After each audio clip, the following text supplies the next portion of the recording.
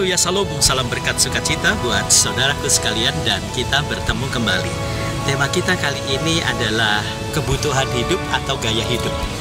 Saya teringat oleh firman Tuhan yang berkata bahwa burung di udara saja Tuhan pelihara, apalagi kehidupan kita, saudara. Pada saat kita sehat, kita kuat, kita bisa melakukan pekerjaan yang baik dan hasilnya pasti baik. Tetapi kalau kita bermalas-malasan, maka kita juga tidak akan mendapatkan apa-apa. Kebutuhan setiap hari, saudara, seberapa banyak sih yang kita makan dan minum? Itu cukup sedikit dalam satu hari. Dan itu cukup. Dari pendapatan yang kita hasilkan cukup. Cuman masalahnya kadangkala kita salah jalan, kita salah berusaha, sehingga akhirnya bangkrut.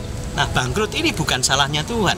Salah kita untuk menakar, untuk memaintain, untuk mengatur segala keuangan mungkin, sehingga keuangan kita porak-poranda dan akhirnya miskin dan melarat.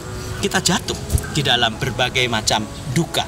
Tetapi kembali lagi, saudara, firman Tuhan mengingatkan bahwa cukup makan dan minum itu sudah memberikan kepada kita bahwa penyertaan Tuhan begitu luar biasa untuk memenuhi kebutuhan hidup di dalam kehidupan kita berusaha. Misalnya dalam gaji kita, saya rasa cukup untuk makan dan minum kita.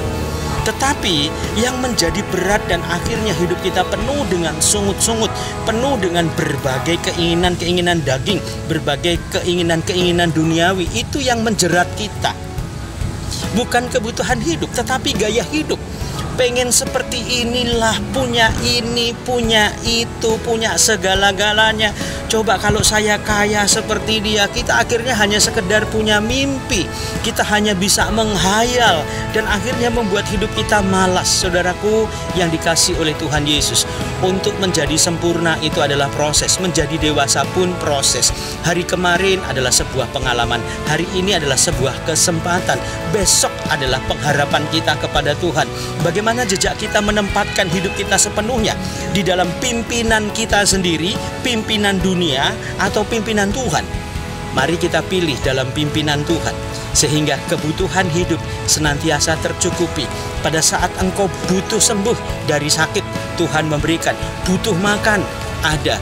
Butuh apapun, pada saat kita sabar menantinya, berkat Tuhan itu Tuhan lepaskan buat kita.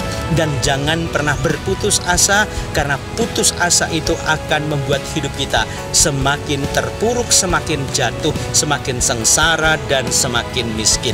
Tetapkan hati kita untuk terus mengandalkan Tuhan, karena Tuhan ada di pihak kita. Sukses buat saudara dan Tuhan Yesus memberkati. Haleluya.